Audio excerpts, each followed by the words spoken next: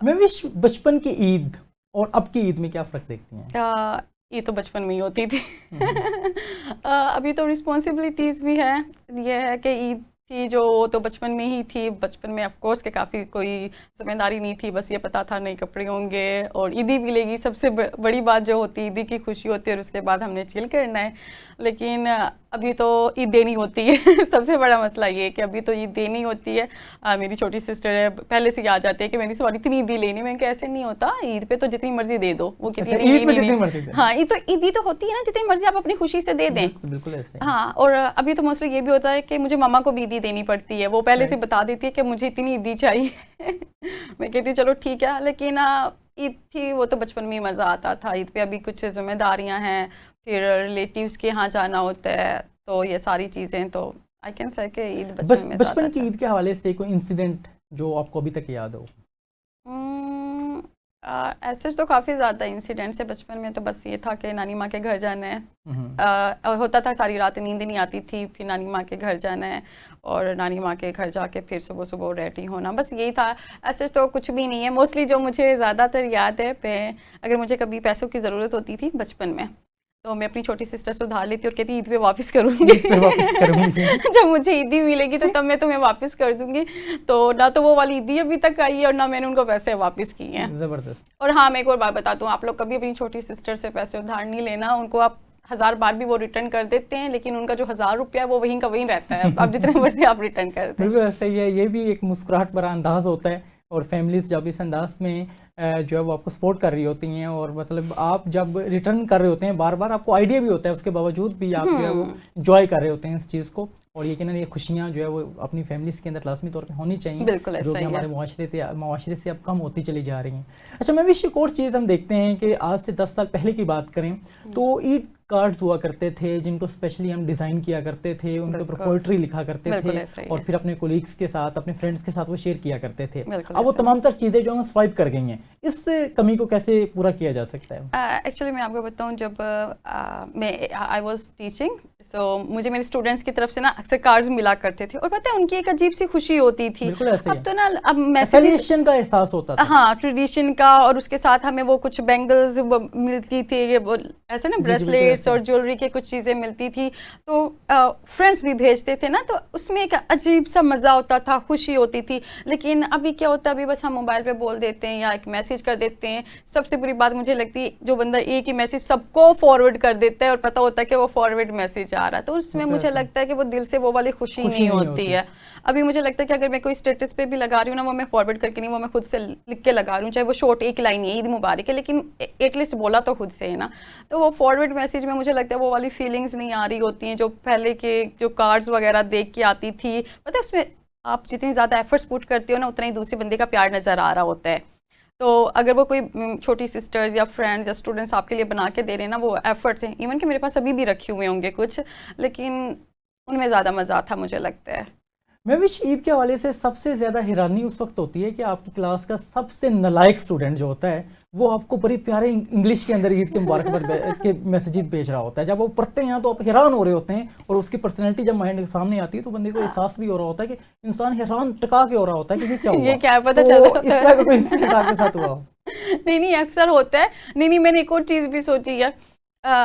Sorry to से all of you, मतलब कैसा है होता नहीं, लेकिन ऐसा कुछ होता है जो स्टूडेंट्स बहुत कम बोलते हैं और क्लास में नालायक होते हैं, पीछे बैठे होते हैं, वो जो इन चीज़ों में होते हैं वो काफ़ी ज़्यादा बढ़ चढ़ के हिस्सा ले रहे होते हैं, बिल्कुल ऐसे। पार्टिसिपेट कर रहे होते हैं। इवन के कुछ स्टूडेंट्स मिलने के लिए भी आ रहे होते हैं। आई वॉज नॉट एक्सपेक्टिंग, लेकिन कुछ ऐसे होते हैं, कोलीग्स होते हैं, कुछ मतलब के जो स्टूडेंट्स होते हैं वो जो पीछे पीछे रहते हैं, वो ईद वाले दिन मिलने आ रहे होते हैं। मुझे लगता है सबसे ज़्यादा वो इन चीज़ों में सबसे ज़्यादा आगे होते हैं, सबसे ज़्यादा इंजॉय कर रहे होते हैं, मुझे ये लगता है। कभी कभी कुछ स्टूडेंट्स होते हैं वो बहुत लाइक नहीं, वो होते हैं, कॉपी अच्छे पेस्ट होते हैं, कर रहे बुरे होते लगते हैं, कहीं से मैसेज मैसेज उठा लेते हैं ईद हैं। हाँ, मुबारक वो का, वाला तो फिर वो और कॉपी फिर वो पेस्ट कर कॉपी लेते पेस्ट कर रहे होते हैं, और फिर हम हैरान हो रहे होते हैं कि इसकी इंग्लिश इतनी इंप्रूव कैसे हो हैं। सकती है। वो तो कॉपी पेस्ट वाला काम। वो भी मतलब कि एक ऐसा स्टूडेंट जिसके बारे में आप ये ख्याल भी ना कर सकें।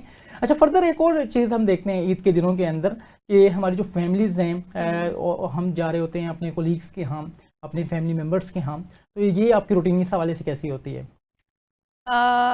जो ये वाली ईद है, इस पे तो पहले से ही डिसाइड होता है।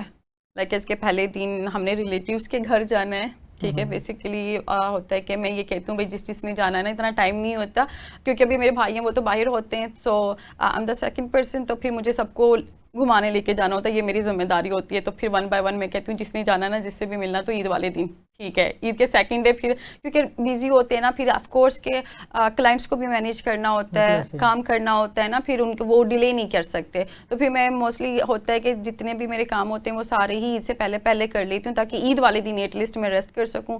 तो फिर ये फाइनल होता है, डिसाइड होता है पहले से ही कि पहले सबके रिलेटिव्स के घर जाएंगे, फिर वो सेकंड डे हमारे घर आ रहे होते हैं, और थर्ड डे वो फ्रेंड्स डे होता है या सिस्टर्स डे होता है बाहर जाने का। बस अच्छा मैं एक और बहुत अजीब हमारे माशरे में अंदाज पाया जाता है, ईद आ गई मेरा यार ना आया। इस हवाले से बहुत से लोग परेशान होते हैं, पूरी ईद जो है वो बोर होकर गुजार देते हैं।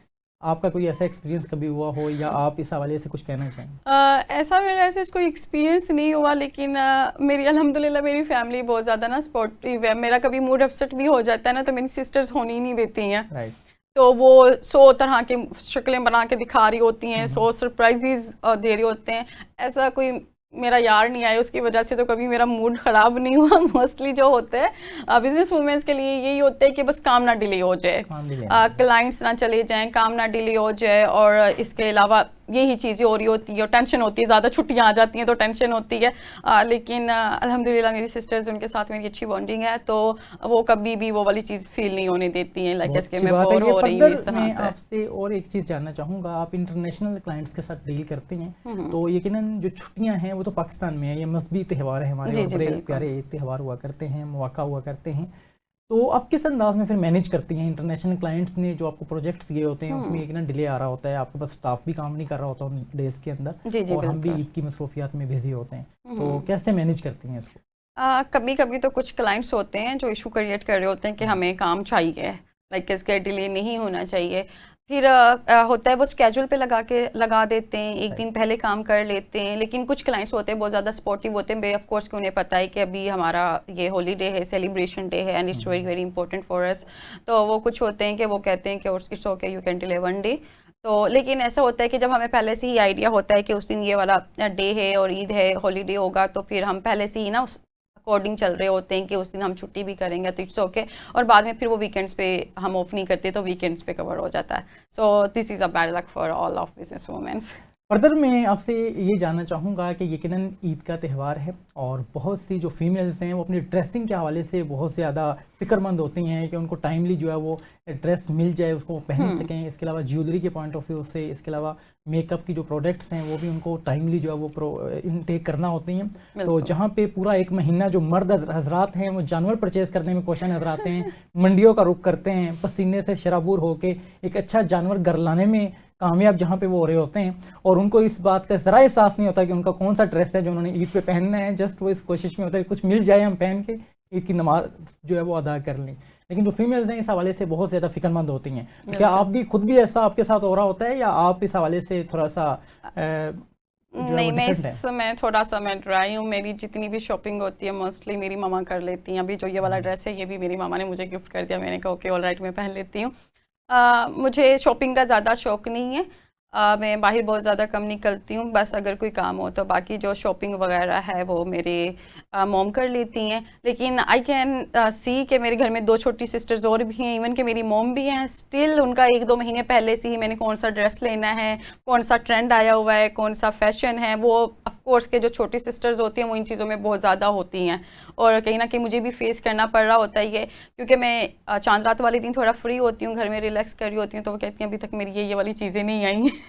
तो मोस्टली अब्बू और भाई होते हैं वो बोल रहे होते हैं कि हमारी कुछ भी नहीं है, मतलब कि कुछ नहीं होता, इट्स ओके ऑल राइट, तुम लोग 2 महीने पहले से लगे हुए, अभी तक तुम लोगों की चीज़ें नहीं ख़त्म हुई हैं। तो वो चांद रात दिन तक शॉपिंग चल रही होती है, और कभी कभी तो ईद के दिन भी वो सोच रहे होते हैं यार अगर कुछ मिल जाता ना ये वाला तो सुबह सुबह तक भी वो चीज़ें, जब तक ईद नहीं ना जाती तब तक तो वो शॉपिंग चलती ही रहती है मोस्टली।